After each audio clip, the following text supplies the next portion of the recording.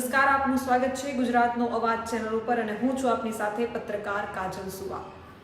ગુજરાતનો અવાજ એટલે ગુજરાતના ખેડૂતોનો અવાજ અને ગુજરાતની જનતાનો બુલંદ અવાજ। સ્થાનિક સ્વરાજની ચૂંટણી ચાલી રહી છે ત્યારે ચર્ચાનો વિષય બન્યો છે આમ આદમી પાર્ટીનો હવાલાકાંડ। સુરતમાં સ્થાનિક સ્વરાજની ચૂંટણીઓ પહેલા આમ આદમી પાર્ટી સાથે સંકળાયેલ આશરે 1.25 કરોડથી વધુનું હવાલાકાંડ બહાર આવ્યું છે। દિલ્હીથી આંગડિયા પેઢી મારફતે સુરતમાં ગેરકાયદેસર ફંડિંગ મોકલવામાં આવતું હોવાનો આરોપ છે, જેમાં હિમાંશુ પાહુજા અને આકાશ મિશ્રા મુખ્ય કડી હોવાનું સામે આવ્યું છે। સુરત ક્રાઇમ બ્રાન્ચ અને આવકવેરા વિભાગ આ મામલે તપાસ કરી રહ્યા છે। મુખ્ય ખુલાસાઓની જો વાત કરવામાં આવે તો હવાલા નેટવર્ક દિલ્હીના જનકપુરીમાં રહેતા અને આપ કાર્યકર હિમાંશુ પાહુજા છેલ્લા 5-6 મહિનાથી પનીરના વેપારના બહાને પૈસા મોકલતો હતો। આંગડિયા મારફતે ટ્રાન્ઝેક્શન કરવામાં આવતું હતું અને મહિધરપુરામાં ભવાની વડ પાસેની અરવિંદ હિરેન આંગડિયા પેઢી મારફતે 4-5 મહિનામાં 1.25 કરોડથી વધુનું ટ્રાન્ઝેક્શન થયું છે। આરોપીની ભૂમિકાઓની જો વાત કરવામાં આવે તો આંગડિયામાં નાણાં લેવા પીપલોદનો આકાશ મિશ્રા અને અજય તિવારી જતા હતા। તપાસ તેજ કરી છે। ક્રાઇમ બ્રાન્ચે આકાશ મિશ્રાને અટકાયતમાં લીધો હતો, પરંતુ તે દિલ્હી ભાગી ગયો હોવાના સમાચાર છે। પોલીસ તપાસની વાત કરવામાં આવે તો 8થી 10 લોકોની સિન્ડિકેટ તપાસ ચાલી રહી છે। પોલીસ 8થી 10 લોકોની સિન્ડિકેટની તપાસ કરી રહી છે। તો બીજી તરફ રાજકીય કનેક્શનની વાત કરવામાં આવે તો આ પૈસા સુરત સ્થાનિક ચૂંટણીમાં આપના ફંડિંગ માટે હોવાનો આરોપ છે, જેના સીસીટીવી ફૂટેજ પણ વાયરલ થયા છે।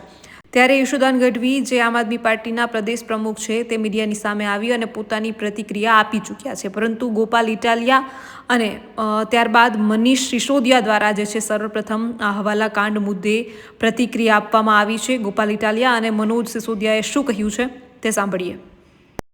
गुजरात में नगर निगम चुनाव में आम आदमी पार्टी के जो कैंडिडेट्स, जो हमारे साथी कार्यकर्ता भारतीय जनता पार्टी के 30 साल पुराने करप्शन को, निकम्मेपन को, उन्होंने गुजरात के लिए कुछ नहीं किया, उसको उजागर करते हुए नगर निगम में हमारे जो साथी चुनाव लड़ रहे हैं उनका हौसला बढ़ाने के लिए, उनका साथ देने के लिए और जनता के सामने आम आदमी पार्टी का विज़न रखने के लिए, एक उम्मीद रखने के लिए मैं गुजरात में आया हूँ इस इरादे से।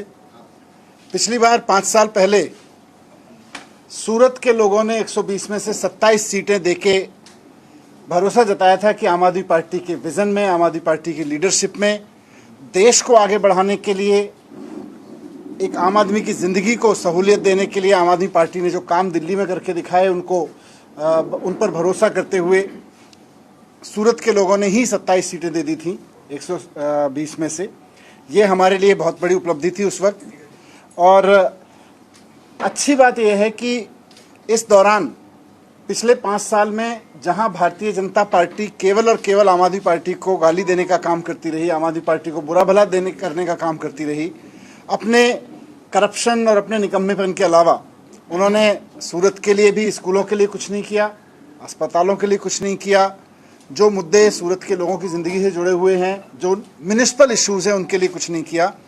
लेकिन आम आदमी पार्टी के पार्षदों ने विपक्ष में रहते हुए भी वो करके दिखाया जिसके लिए आम आदमी पार्टी बनी है। विपक्ष में रहते हुए भी आम आदमी पार्टी के पार्षदों ने स्कूल बनवाए, अस्पतालों में बेड्स बढ़वाए। हम सरकार में नहीं थे, लेकिन विपक्ष में रहते हुए भी पार्षद कमिटेड रहे कि स्कूल की पॉलिटिक्स, अस्पताल की पॉलिटिक्स का काम जारी रखा जाएगा। आम आदमी के बच्चों को पढ़ाने के लिए भले ही सत्ता में नहीं मिले, तो हमारे पार्षदों ने वो काम किया।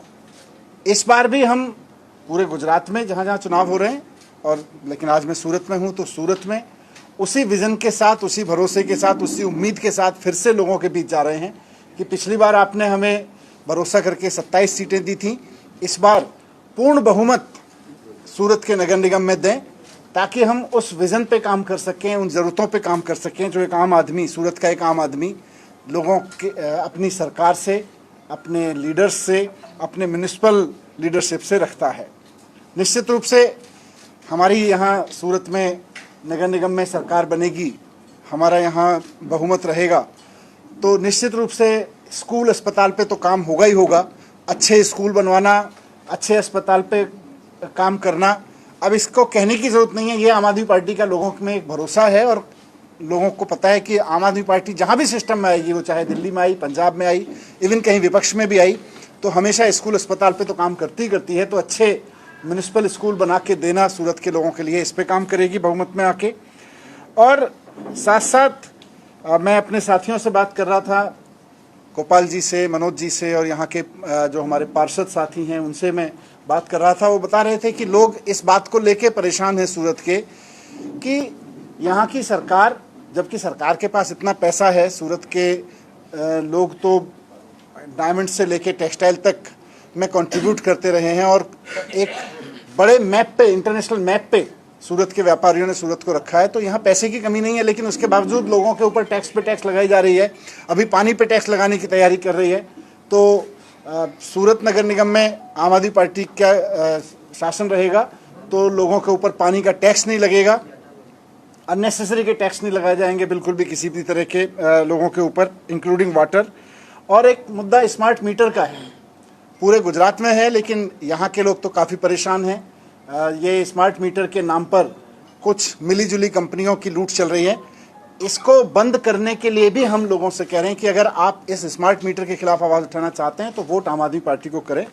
तो हमें पूरी उम्मीद है कि नगर निगम चुनाव में आम आदमी पार्टी को लोगों ने ट्राई किया और इस बार अलग अलग शहरों में बहुमत के साथ में 30 साल पुराने भारतीय जनता पार्टी के शासन से मुक्ति के इरादे से लोग आम आदमी पार्टी को आगे लेकर आएंगे। धन्यवाद। जी सर, चैलेंज किया है। सबसे पहला सब गोपाल भाई, पिछले साल आपके जीते हुए उम्मीदवारों ने पार्टी बदल दी थी, इस बार जीतने के बाद उम्मीदवार पार्टी नहीं बदले, इसके लिए क्या आयोजन किया है? देखिए, जब विपक्ष में बैठते हैं तो किसकी क्या मजबूरी हो सकती है उसके बारे में नहीं कह सकते, लेकिन जनता को चाहिए स्कूल, जनता को चाहिए अस्पताल, जनता को चाहिए फर्जी टैक्स न लगाए जाएं चंद बीजेपी के मित्रों को फायदे के लिए। हम उसके लिए कमिटेड हैं। जो इसके लिए साथ देगा वो खड़ा रहेगा और आम आदमी पार्टी पूरी कोशिश करती है कि उसके लिए कमिटेड लोग ही आगे आए। सुनने में आया है कि आपने सभी उम्मीदवारों से एफिडेविट ले लिया है कि भाई चुनाव जीतने के बाद पार्टी चेंज ना कर सके।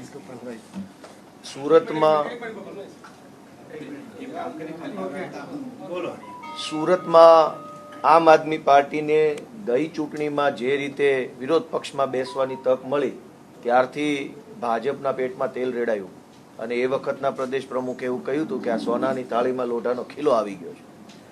લોઢાનો ખીલો સોનાની થાળીમાંથી દૂર કરવા માટે ખરેખર એમણે શાળા બનાવવાની જરૂર હતી, દવાખાના બનાવવાની જરૂર હતી, વર્લ્ડ ક્લાસ સ્પોર્ટ્સ સ્ટેડિયમ બનાવવાની જરૂર હતી, વર્લ્ડ ક્લાસ લાઇબ્રેરી બનાવવાની જરૂર હતી। એના બદલે ખીલો કાઢવાની કોશિશ કરવાના ભાગરૂપે અમારા કેટલાક માણસોને ડરાવી, દબાવી, ધમકાવી, લલચાવી, પરિવાર ઉપર પ્રેશર લાવી, તોડફોડની રાજનીતિ કરી। પરંતુ અમે હજુ પણ આમ આદમી પાર્ટી સાથે જોડાઈને આ સંઘર્ષનો રસ્તો છોડ્યો નથી। આ વખતે જે કાંઈ ઉમેદવારો ઊભા છે એ પૂરા તન મન ધનથી આમ આદમી પાર્ટી સાથે જનતાની સેવામાં જોડાયેલા છે। મને પૂરો વિશ્વાસ છે કે આ વખતે बहुमत પણ આવશે અને સારામાં સારું કામ સુરતમાં जनताનું થવાનું છે। गोपाल भाई, सिसोदिया जी, सूरत में पहले फंडिंग का केस आप पे लगाया और पंचमहाल में भी एक मामला दर्ज हुआ है, क्या कहोगे? क्या केस फंडिंग का केस, क्या केस लगा? हवाला क्या हुआ? क्या दिल्ली से 1.25 करोड़ रुपया हवाला से सूरत आए, इस प्रकार से आरोप है, तो उस बारे में आपका क्या? पुलिस ने सीसीटीवी भी दिया है। किसका आंगन, किसका दिया है हिमांशु सीसीटीवी? पाहुजा नाम का व्यक्ति है, उन्होंने दिल्ली से 1.25 करोड़ रुपए सूरत में भेजे। आकाश मिश्रा इसको लेकर लेकर क्राइम ब्रांच गया। ने कार्रवाई की, सीसीटीवी के सामने आए हैं। तो सही किसका में सीसीटीवी है वो? वो आकाश नाम का बंदा है। नहीं, किसके यहाँ से सीसीटीवी? आंगड़िया पेड़ी में। आंगड़िया। हाँ। तो आप कह रहे हो कि भारतीय जनता, एक मिनट, तो आप कह रहे हो कि भारतीय जनता पार्टी 30 साल से गुजरात में सरकार चला रही है और गुजरात पुलिस भारतीय जनता पार्टी के लिए आंगनवाड़ियों को गुजरात में ऑपरेशन, आंगड़ियों को गुजरात में ऑपरेशन करने दे रही है। इसका मतलब गुजरात पुलिस स्वीकार कर रही है कि भारतीय जनता पार्टी के शासन में आंगड़िए खुल के काम कर रहे हैं। इसका मतलब तो यही है। तो पहले तो यही देखा जाए कि भाई 30 साल की सरकार में मोदी जी तो बड़ी ब्लैक मनी की बात करते थे। गुजरात में आंगड़िए काम किसके लिए कर रहे हैं और क्यों कर रहे हैं और किसके संरक्षण में कर रहे हैं? 30 साल के शासन में भारतीय जनता पार्टी गुजरात से आंगड़ियों का, हवाला कारोबारियों का सफाया नहीं कर पाई। इसका मतलब भारतीय जनता पार्टी ये मान रही है। और दूसरी बात, अब आम आदमी पार्टी का कोई दूर का कार्यकर्ता अपने बिजनेस के लिए भी 4 रुपए कहीं लेके हाथ में दिखेगा, वो तो आम आदमी पार्टी का है। आप पकड़ो ना भाई, आम आदमी पार्टी वाला गलत कर रहा है तो उसको भी पकड़ो। हम तो कब मना कर रहे हैं, हम जब पाक साफ होते हैं तो कोर्ट हमें खुलेआम छोड़ देता है कि भाई इनके ऊपर तो मुकदमा भी नहीं चला सकते। लेकिन अगर यहां आंगड़िए ऑपरेशन में हैं तो पहले तो बीजेपी माने कि उसने 30 साल से यहां आंगड़िए पाल के रखे हुए हैं, नंबर 1।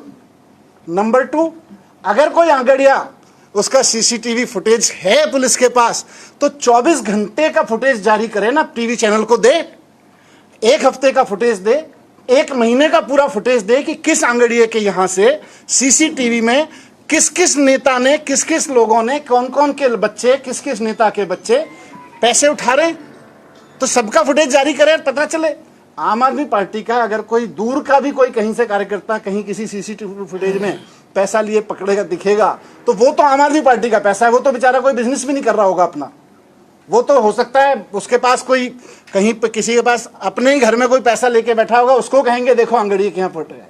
अगर बीजेपी के पास आंगड़िए की कोई सीसीटीवी फुटेज है तो पूरे दिन की होगी, कोई कुछ सेकंड की तो होगी नहीं, पूरे महीने की होगी। तो उस पूरे महीने में जिसने आंगड़िए को पैसे दिए लिए, सबका फुटेज टीवी चैनल में बांटे बीजेपी, नंबर 1। नंबर 2, जिस एरिया में है उस एरिया के नेताओं से, उस एरिया के मिनिस्टर से, उस एरिया के एमएलए से, उस एरिया के और जो लीडर्स हैं भारतीय जनता पार्टी के, वो आंगड़िए का कारोबार चला रहे हैं या सरकार चला रही है, इस बात को खुलासा करे बीजेपी। जी सर, पाटिल साहब ने सिर्फ बचा के दिखाओ। આ જે આંગળિયા વાળો મુદ્દો છે એમાં અત્યાર સુધીમાં ભાજપે અથવા પોલીસે જે આરોપ મૂક્યો છે આમ આદમી પાર્ટી પર એ 1 કરોડ રૂપિયાનો આરોપ છે અત્યાર સુધીમાં ઓફિશિયલી। આમ આદમી પાર્ટી રાષ્ટ્રીય પાર્ટી છે, પંજાબમાં સરકાર છે, દિલ્હીમાં ધારાસભ્યો છે, વિરોધ પક્ષમાં છે, ગોવામાં ધારાસભ્યો છે, ગુજરાતમાં ધારાસભ્યો, કાશ્મીરમાં ધારાસભ્યો, 4 રાજ્યોની અંદર ધારાસભ્યો ધરાવતી રાષ્ટ્રીય પાર્ટી ઉપર 1 કરોડનો આરોપ લગાવ્યો છે। ભાજપના વોર્ડ લેવલના સામાન્ય કાર્યકર્તાઓ વર્ષે 5 કરોડનું બૂચ મારી જાય છે। તાલુકા પ્રમુખ કક્ષાના હું જેને રૂબરૂ નામથી, સરનામાથી, પેઢીઓથી અમારા વતનના જિલ્લામાં ઓળખું છું, એણે 50-50 કરોડનું બૂચ માર્યું છે। આપણી પાસે બધા જ પુરાવા છે અને આ પહેલી વાર જાહેરમાં નથી બોલ્યો, અનેક વાર અગાઉ બોલ્યો છે।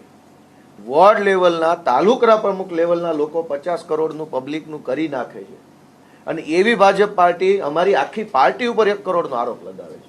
શરમ આવી જોઈએ આવા વાહિયાત આરોપો મૂકતા, હાસ્યાસ્પદ આરોપ છે। પહેલા આરોપ મૂકો તો કંઈક એવો મૂકો કે અમારી ઇજ્જત આબરૂ રહે। અમારી અવડી મોટી પાર્ટીના આરોપ મામૂલી મૂક્યામાં અમારે શું જવાબ દેવો?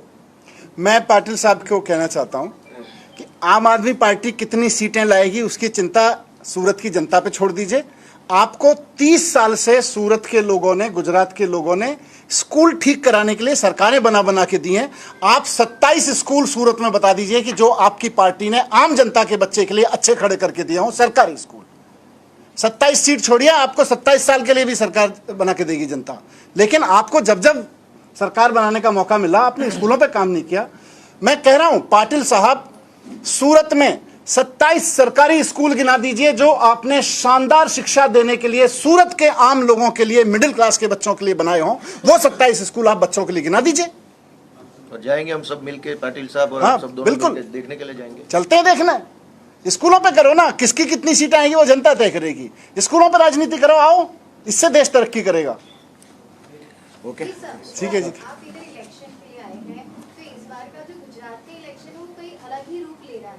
हर एक वार्ड में, हर एक उम्मीदवार, हर एक शहर में बीजेपी जो है वो स्थानिक लोग हैं उनका विरोध कर रहे हैं। इस बार का इलेक्शन आप किस नजरिए से देख रहे हैं? मैं अभी पीछे किसी से मिला था तो मैं तो उतनी गुजराती जानता नहीं हूँ, लेकिन मुझे किसी ने अभी बोला आज ही कि सर 30 साल से कंटाली गए हैं, इनसे थक गए हैं। तो मुझे पहली बार ये शब्द पता चला कि कंटाली गए का मतलब क्या होता है। तो ये आम जनता फील कर रही है, कंटाली गए हैं, अगर मैं सही बोल रहा हूं तो उनकी भाषा, उनके शब्द को उठाते हुए।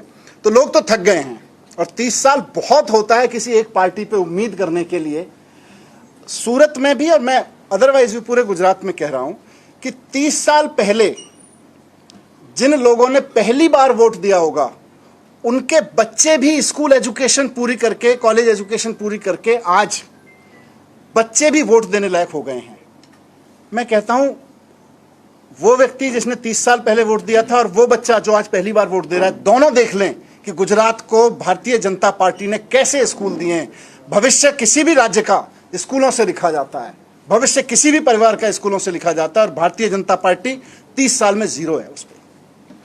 મનોજભાઈ, કાલી એક વાર્તા છે. વોર્ડ નંબર 11 માં અડાજણ ગોળાસમાં એક વાર્તા બની જેમાં મહિલાઓને જે બીજેપીના ઉમેદવારો જે પ્રચાર કરવા ગયા હતા એ મહિલાઓને ધક્કો મારવામાં આવ્યો હતો. તમે એ વાર્તાને કેવી રીતે જોવો છો ને કેવી રીતે એ થવું જોઈએ એમને આગળ જ્યારે પરેશ પટેલ જ્યારે બધાને સસ્પેન્ડ કરવાના લેટર જાહેર પાડે છે, અત્યાર સુધી કોઈ કાર્યવાહી થઈ નથી. તમે આ વસ્તુને કેવી રીતે જોવો છો? ભારતીય જનતા પાર્ટી મહિલાઓના સશક્તિકરણને લઈને અથવા તો મહિલાઓની રક્ષણને લઈને સદંતર ફેલ ગઈ છે. ગઈકાલે હર્ષ મહેતા કરીને કોઈ ઉમેદવાર ભારતીય જનતા પાર્ટીના હતા, એમણે મહિલાઓને ધક્કા મૂકી કરી મારવાની કોશિશ અને ધમકી પણ આપી છે કે કપડાં ઉતારીને રોડ ઉપર દોડાઈશું. એટલે આ ભારતીય જનતા પાર્ટીનો અહંકાર જે છે એ 7મા આસમાને છે. એમને એવું છે કે મહિલાઓનું અપમાન કરીને, બહેનોનું અપમાન કરીને, મતોની ચોરી કરીને અમે વારંવાર જીતી જઈએ છીએ તો અમને સુરતની જનતા, ગુજરાતની જનતા માફ નહીં કરે. મારે ભારતીય જનતા પાર્ટીના મોટા નેતાઓને પણ કહેવું છે કે તમે જે લોકોને ટિકિટો આપો છો, જે લોકોને તમે ચૂંટણીઓ લડાવો છો, એ તમારા અહંકારના પરિણામે આજે લોકો ત્રાહિમામ છે. સમગ્ર ગુજરાતની અંદર આપણે જોઈએ છે કે સમગ્ર ગુજરાતમાં ઠેર ઠેર ભારતીય જનતા પાર્ટીનો વિરોધ થાય છે. 30 વર્ષથી સત્તામાં છો, 30 વર્ષથી સત્તામાં હોવા છતાંય તમારે જો વિરોધનો સામનો કરવો પડતો હોય તો મતલબ છે કે લોકો તમારાથી થાક્યા છે, ત્રાહિમામ છે. અને પહેલીવાર આ વખતે લોકો વિરોધ કરે છે. એનું કારણ છે કે લોકો જુએ છે કે વિકલ્પ છે. અત્યાર સુધી ચૂંટણીઓમાં વિકલ્પ નહીં હોવાને લીધે લોકો બોલતા નહોતા. અત્યાર સુધી ભારતીય જનતા પાર્ટીના કેમ્પેનની સામે કોઈનો અવાજ આપણે ઉઠતા જોયો નથી, પણ આ વખતે ભગાવે છે. એનું કારણ છે કે આમ આદમી પાર્ટીના 6000 ઉમેદવારો આ વખતે ચૂંટણી લડે છે. સુરત જેવા મહાનગરપાલિકાની અંદર સંપૂર્ણ જે આ વખતની લડાઈ છે એ ભાજપ અને આમ આદમી પાર્ટીની વચ્ચે છે. અને આમ આદમી પાર્ટી આજે સામાન્ય લોકોના જ્યારે મુદ્દા ઉપાડીને ચાલે છે ત્યારે મને ભરોસો છે, CR પાટીલે એવું કીધું કે 27 સીટ નહીં આવે, પણ હું એવું કહેવા માંગુ છું કે સુરતની જનતાએ નક્કી કર્યું છે આ વખતે 27 નહીં, આ વખતે આમ આદમી પાર્ટીને 72 સીટો આપવી છે. અને એ સુરતની જનતાના મિજાજમાં દેખાય છે.